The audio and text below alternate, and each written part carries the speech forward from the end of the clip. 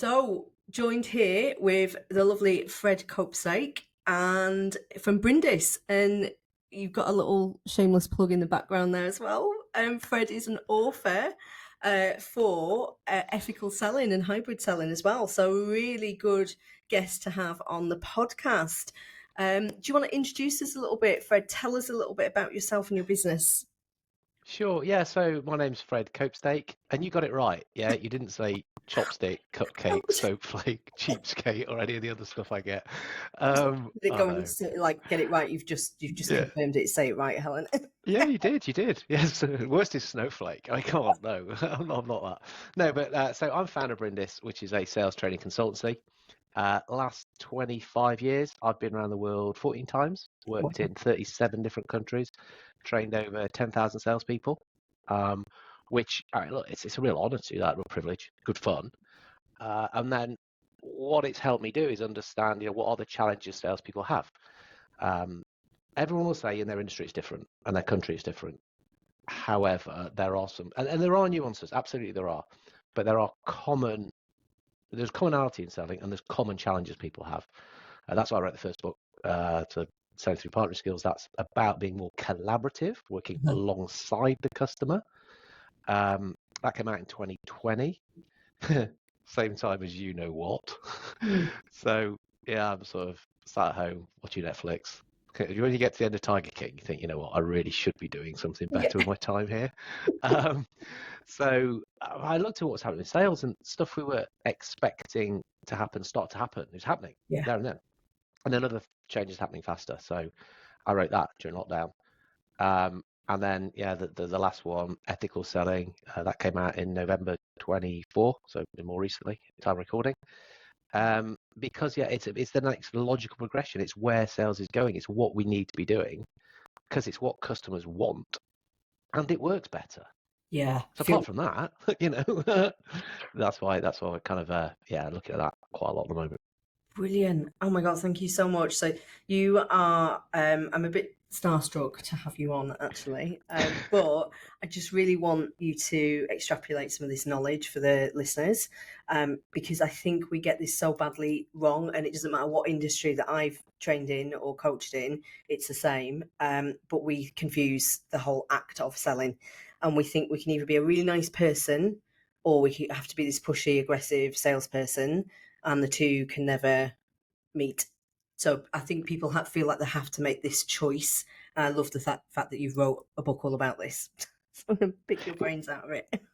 Yeah, no, I'll share as much as possible. If we can get as much out in the next 20 minutes, and then people don't even have to buy the book, then hey, we've done a good job. Oh, so what is ethical selling? Yeah, The simplest way, I mean, there's all sorts of funky definitions there, but the simplest way I define it now is it's about a win-win-win situation. So tell us we've about talked about the win-win. Well, we talked about win-win for a long time, haven't we? So mm, win for your customer, yeah, and win for your company. But where I think we're missing a little bit was win for your own conscience. When we get a balance between those three things, so the last one being that you can sell, you can do stuff, and you can look yourself in the mirror and go, actually, I did the right thing here.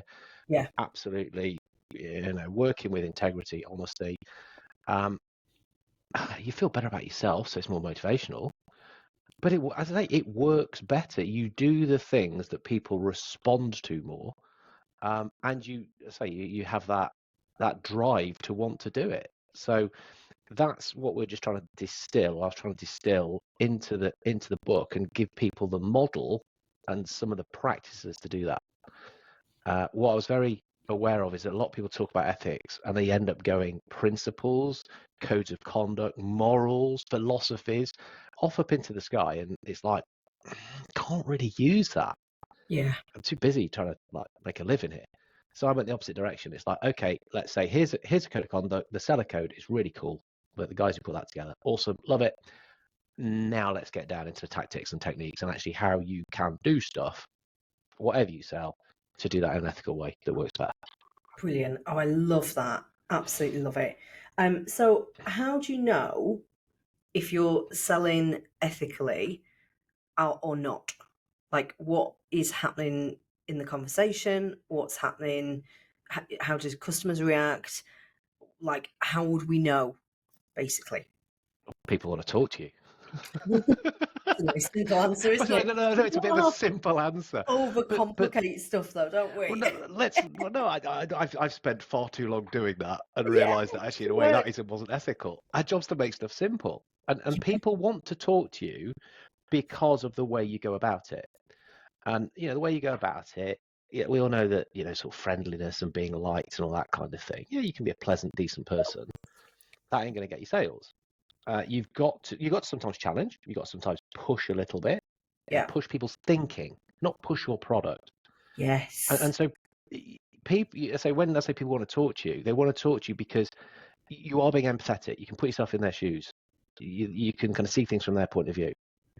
You're transparent. You're open. You will give information, which is all about trying to create value.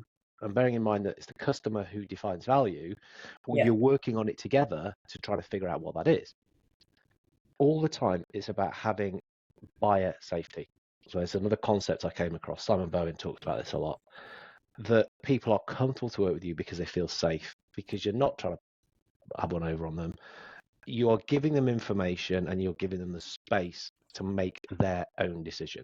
So informed decision making is a key concept. Yeah. And And yeah, I say informed. collaboration, thinking like a partner, all that stuff. People want to work with you because you make sense for them. You help them think. And that's what we're aiming to do. Amazing. I love this. And I was just going to ask you, I think you've answered part of this, but we do get, I would say, if a sales call feel or conversation, however you want to do it, meeting, sales interaction feels pushy or weird or icky, I always think really simple thing is go to what you're thinking this is all about. Like, what is the purpose of this call in your head? What is the purpose of the call to the buyer? If the purpose of your call is purely to make a sale, then yeah, it's going to feel really salesy and pushy and weird and icky because you're driving from your motivation. So we have to flip that. We have to look at that. It's okay to want to make a sale. Of course, we're in business, but we can't lead with that mindset because then what we do is coerce people without even realizing it sometimes into a decision. And that's where you're like, I'm going to ask some really clever questions where like the customer kind of hangs themselves and then they're forced Yeah. into a yes. That's a really shitty way of doing sales. And we kind of were taught it in the 80s, 90s, the whole like fear, uncertainty. Can't remember what the D is. There's a word for it. Doubt. Doubt. I was going to say Nobody got fired self. for buying IBM. I was going to say Choose me. Why? self. Because I'm IBM. Yeah, that's it. Yeah. So yeah, and they were like the first people to like coin this and like back people up against the wall, and and it's we tried it didn't work basically. So you can do that. You can probably make money doing that. People will buy, but you've got to look at the what happens after that, the relationship, and you're probably losing more sales doing it that way. It might work a little bit, but it's going to feel fucking awful for you and your client, and we have to look at the longevity of that and what happens when they actually do the work with you, having had the sale experience like that. So I always think just go back to a really simple question of like, what is the purpose of this call, like for you and for them? They usually, buyers for me, come to explore, ask questions, and for that they've got to feel safe, otherwise they won't open up. Yeah. Yeah. Our intention is to help people make the best decision. Yeah. Ideally, that is working with us. And that's why we're having that conversation. We're putting ourselves out to talk to them because we think actually we could probably help there. But Yeah. the purpose of the conversation is to help them think like that. But going Yeah. back to FUD factors, fear, uncertainty, and doubt, they are there. They are there. Because of the way we are now, somebody's going, I'm a bit worried here. I'm a bit worried that you might be doing some ninja tricks on me and pushing something at me that Yeah. I don't really realize is going on. And actually, I'm a bit worried that I make the wrong decision because it's either my business and that tank it, or well, it's certainly my job and it's going to affect me. Yeah. I'm a bit uncertain. Why? I mean, we live in a VUCA world. Yeah. Volatility, uncertainty, complexity, ambiguity. It's like so Yeah. bloody confusing at the moment. I don't really know what's going on. Yeah. And doubt, it's like, oh God, I don't know whether to believe you or not because everybody says everything's bloody great. Oh, so actually, if you think, well, that is what's going on in people's minds, why don't I set out to alleviate that stuff? Yeah. Amazing. I'm going to help them make the right decision because I'm going to help them think. I'm going to ask questions. Yeah. Yeah. I'm going to give them proof. I'm going to step back. I'm not going to be pushy. Yeah. I'm going to actually play into that, but not in the, oh, you got to buy from me otherwise. Yeah, it's like, no, I know this is going on. I want you to be calm. I want you to Yeah. feel, as you say, feel safe. Buy safety. Yeah. It's a big, big thing. And I think this is where we get objections a little bit wrong as well. When we've got VUCA going on, and people have got thoughts about if I make a decision and I go and put it to the board and it's my neck on the line and I said that this was a great idea and everyone's staring at me now to deliver, I've got to make damn sure that you can do that. I've got to have absolute certainty and conviction that I'm going to get this result with you. So you've got to go first. You've got to feel safe. You've got to feel secure. You've got to feel certain. So a really quick exercise. Well, I say quick. It's ongoing. It's never like, oh, I've done it once. That's it. I don't have to do it again. This is ongoing work for Sorted. you. Sales As a completed it. salesperson, yeah, sales completed it. But it's like, where do you not feel safe and secure and convicted in your sales process?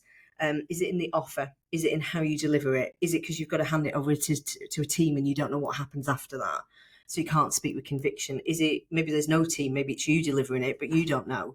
Maybe there's safety and security in asking these questions and exploring because you've never felt safe. You've had the FUD done to you. You've had the FUD out of you. And then you're like, oh God, well, I just don't know how to do it. So there could be a knowledge gap, a skill gap, a thinking gap.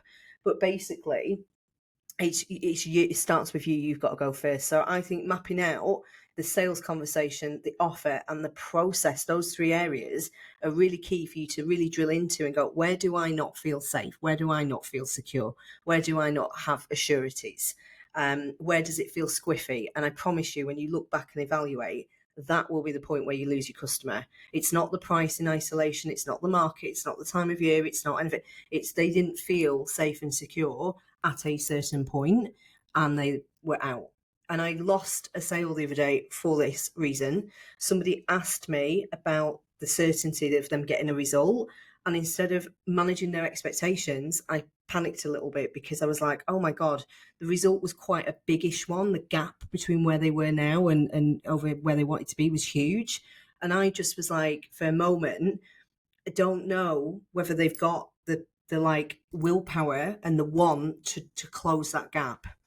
And so instead of having that discussion with them, I then I had the discussion. So it was just the was enough to be like, she doesn't seem sure. Now I am sure. And looking back, I'm like, of course we can fucking do it. But in that moment, because I wasn't managing the conversation properly, because I'm a human, I'm not a robot, like I have this sort of stuff, I have thoughts that float in.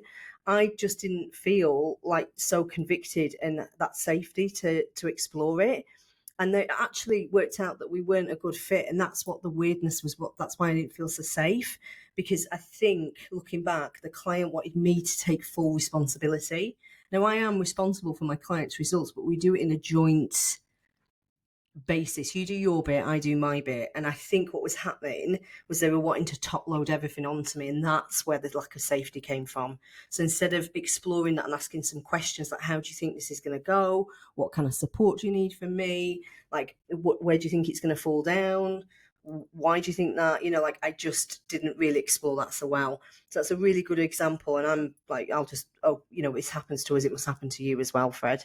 But we Oh, don't yeah, always get yeah. it right. And so go to where you don't feel safe and secure.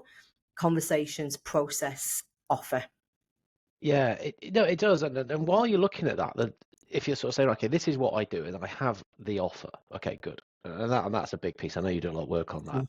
You're then looking at the customer and going, okay, does my offer fit for them? Yeah. Not really. Well, why even bothering having the conversation? Just save everybody time. Yeah. Don't go there. Yeah. Yeah. Not sure. I think we probably do. Okay, that's why we have the conversation. I mean, if it's That's absolute why we fit, then have it the will be conversation. easier. Yeah. Yeah. Though there's a I'll say a trick. It's a technique. Okay, but it's highly ethical thing to do, which is lead with a flaw. So FLAW, a fault.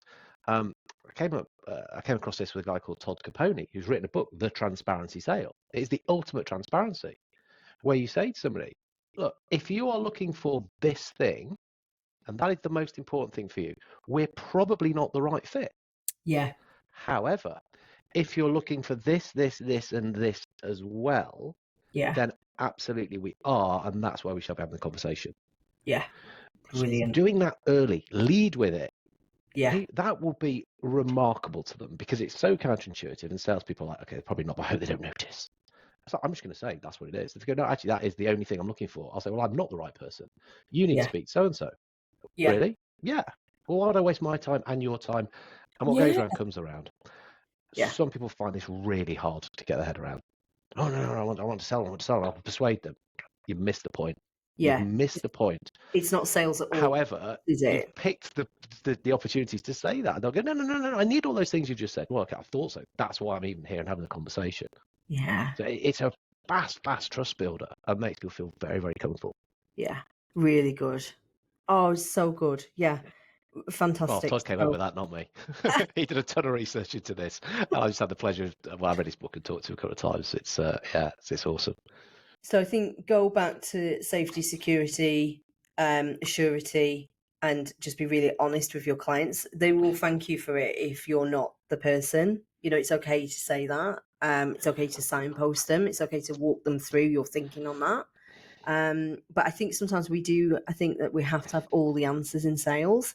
And again, this is where sales conversation will fall down because it's absolutely impossible for you to get a win-win-win with just you on your own. Like you are leading this conversation. You are the expert. You're going to guide them, but you absolutely have to have their input. They have the answers too.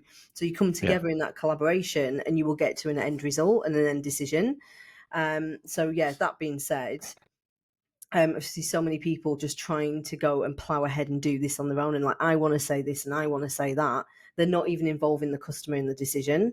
And so some of the things that you said at the top of this call as well about you can't really kind of logic your way out of some of these conversations when clients feel really like their backs up against the wall. They're like not sure.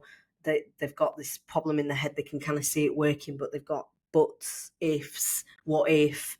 It's no good logic in it, like talking Yeah. about price and splitting payments down and all the rest of it until you have got their root thinking out of the situation.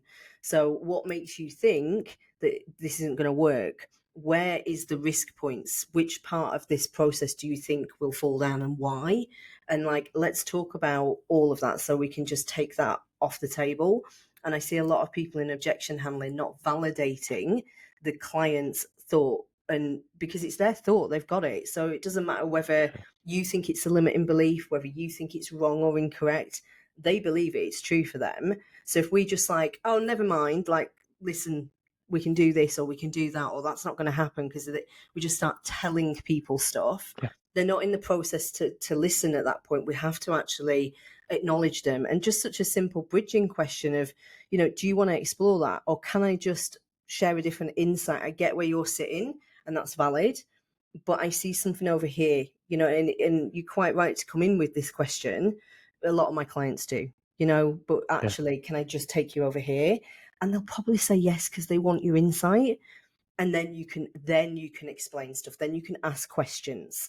But until that point, you're like that, and then that's why people clam up. They don't want to get, because they don't, again, back to safety, they don't feel safe to, because their opinions weren't listened to, you know, and then it just all falls down.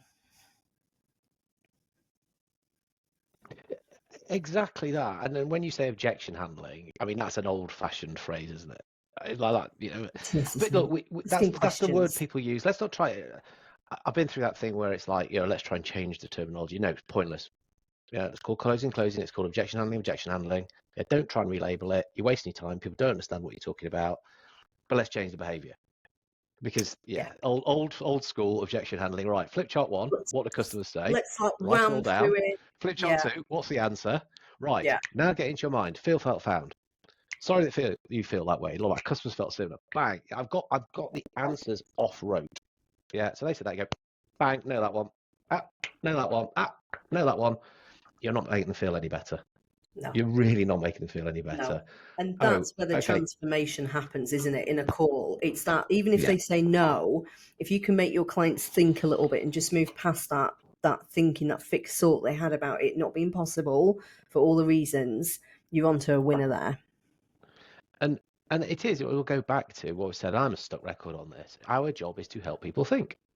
Yeah, that's what we do. We are sense makers.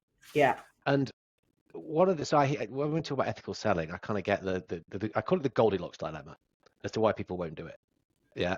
Too hot, too cold. Okay, so it's too hard, too soft. Yeah, so it's too hard. It's like, oh God, we have to learn a whole bunch of new techniques. It's a new process. We're going to have to rebuild the whole way we do everything. It's going to be a massive faff. Okay, not true. Because you're probably already doing a ton of good stuff already. And anyway, even if you did, you're rebuilding something that doesn't work. Too soft. What? So I've got to be really passive. I've got to be a pushover. I've got to like give everything away. I've got to tell them all my margins and everything like that. It's like, no, that's not true either. Because sometimes we do have to be quite assertive. We do have to challenge. We do have to Yeah, push back because we're doing someone a favor by doing it. If we don't, we're not helping them. And so if their yeah, thinking is flawed, we've got to open their mind to, look, there is this way that you might be missing. And that isn't just because, oh, and that's my way, buy my stuff. It's, this is best for you. And it is an uncomfortable conversation because you might be really wedded to this way of doing something, but it's not serving you. Then I'm not serving you if I've not called it out and I'm not helping you see that. So you've got to be able to manage that conversation, which takes some skills. It also takes research and having the insight. You can't just rock up and go, hey, you're wrong, mate. You know why you do that? I wouldn't do it like that. That's a fashion character, I think, I'm sure, in there. No, you've got this opinion, this point of view that you can bring, you can shine a light on something, and then, yeah, push. Push is a weird word to use in modern selling, but push yeah. Wrote people's it down. thinking. You're pushing the thinking, Yeah. not pushing them to the decision. Yes. Different, big difference. Yeah. Yeah. Yeah. Yeah. Yeah, so challenging is probably best word. And that's Yeah. part and parcel of what we do. I love that because that's how they get to explore the decision because you're going to move them past the point that they entered into the call. But I think because pushy's got such a Yeah, negative association with it, we're like, I want to be that pushy salesperson. Well, it depends where you're pushing from. If you're pushing to make a sale and get some figures on the board or see some money in your bank, then yeah, it's going to feel awful and they're going to feel that. They won't know what they're feeling, but they're going to feel like something's not right. And that's where we get the whole I need to go and check, or I need to go and get another quote, or it's a bit too much yeah, money. Like we literally create our own objections here. But pushy for me, I push all day long for my potential clients in a yeah, sales call because I yeah, push for them to see something. And I've yeah, even had to say to someone, can I just stop you?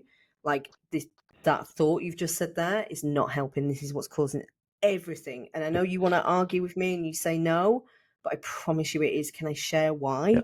And they're like, yeah, tell me. And then you can explain it. And then they're like, okay, so how do I fix it? Great, let me share how I will do that.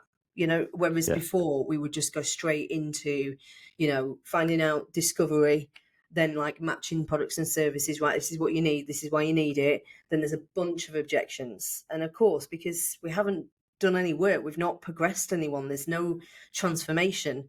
But your sales conversations can be incredibly transformative for the buyer, even if they don't buy. And that's one of the reasons that people should be coming to sales calls with you or conversations or meetings, because they're going to see something in there. Even for my calls, if you don't buy from me, you're going to know the top 2 or 3 reasons why you're not making the money already. How valuable is that to know, to have that insight instead of scratching around trying to find stuff? So I don't yeah, really mind if they say yes or no. I mean, obviously we all, or yeah. yeses, because we get a chance Prefer, to yes. help people. But it's like the whole experience is going to be transformative for people, even if they say no. And that is not salesy. Yeah, Yeah, because again, it's I know that people have got it. this concept or kind of this concept of salesiness, and so no, that is professional. That is what professional people do. That's what Yeah, works, and that is what's kind of decent to help people. love I'll tell it. you something that is quite salesy, and I know we're kind of, is when people won't embrace any of this and just won't get into any kind of meeting conversation. And then Oh, particularly if you're using LinkedIn or something like this, and I don't know who's training this stuff, I get the conversation going, hey, how are you? How's business? What? What are you talking about? I don't know you. yeah, Yeah, I don't know why you're asking this. What are you trying? yeah. I know you're trying to sell me something. Come We on, I'm know not it's that coming. naive. I have So, sales trainer on my title. I pretty much go, you're not just caring about whether I'm having a good day or not and wanting to know what my business was doing this year. I know what's coming. It's ridiculous. And so skirting around the subject and being a bit too soft around it, yeah, thinking, well, I don't want to be perceived as being a pushy person. No, you look dead salesy. You're worse than yeah. saying, hey, I think you probably have this problem. Oh, bloody hell, you're right, or Yeah, not quite, but yeah, you're not far off. Then hello, how are you? What are you doing? yeah. I We'll feel like what's breathe weather the like same in Sherwood air, Forest. or Like, what are you doing? Come yeah, on, that looks so salesy, and I think if people are training that basically because that's what you want to hear, rather than what's going to work, well, that's unethical. I think yeah. that's a different soapbox. That's unethical trading. But Oh, it is. part two. I think we do need you back. But that's true for sure, Fred, is that I'm going to dress it up as value, but I'm not really going to give you the good stuff. I'm going to give you what you're going to get basically from ChatGPT or Google, and then I'm going to hold the other stuff hostage. And then you have to pay me and enter into Yeah. that to get it. And I just think that is awful. I coach so many people that I'm like, why don't you do something with that you've just, that thought, that like insight of how you can help people? I mean, look at this podcast, how much value we're sharing in it. We're not holding anything back, because really, if people have the problem, they can't wait to hear all this stuff. And then they're going to be more inclined to be like, right, I'm now ready to pay money to fix the problem. Well, who are they going to go to? The person that held everything back, that didn't feel safe to like, put it out there, or wanted to look professional, or wanted to just do one post a day because we don't want to mess the algorithms up or anything, or like, that was holding back, or the person that was free flowing that just wanted to help them. Like, where are you going? And it's the same with like direct messaging. I know what, I'm going to skirt around it. I'm going to say, hey, we breathe the same air, we're in the same town, or like we went to the same school 30 years ago. Like, it's coming, So I think just a direct approach. And I have messaged people before that are kind of, I don't know, like maybe liked a few things, or they've come into my radar and they're just like there, and they keep popping up. And I'm like, look, I honestly don't want to be too forward with this, but I think I can really help you. This is what I do. I do it for these kind of people. Do you want to have a conversation? Or do you want to come a little bit more into my world?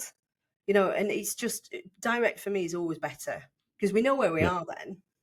There's no second guessing, because that's what the buyer or the prospective buyer is doing, is second guessing all the time of like, where is this going? Like, what does she really want? So we can just be bold and say it. Don't have to hold it back. But I do see a Yeah. lot of people holding back in like the outreach, holding back in value, saying it's value, but it's not really. Or we're putting loads of value out there just because we want a sale. No. No, you're not. You got carousel of ChatGPT. Yeah. but no, I mean, but so it's lead with problem, Yeah. not product, and not pleasantry.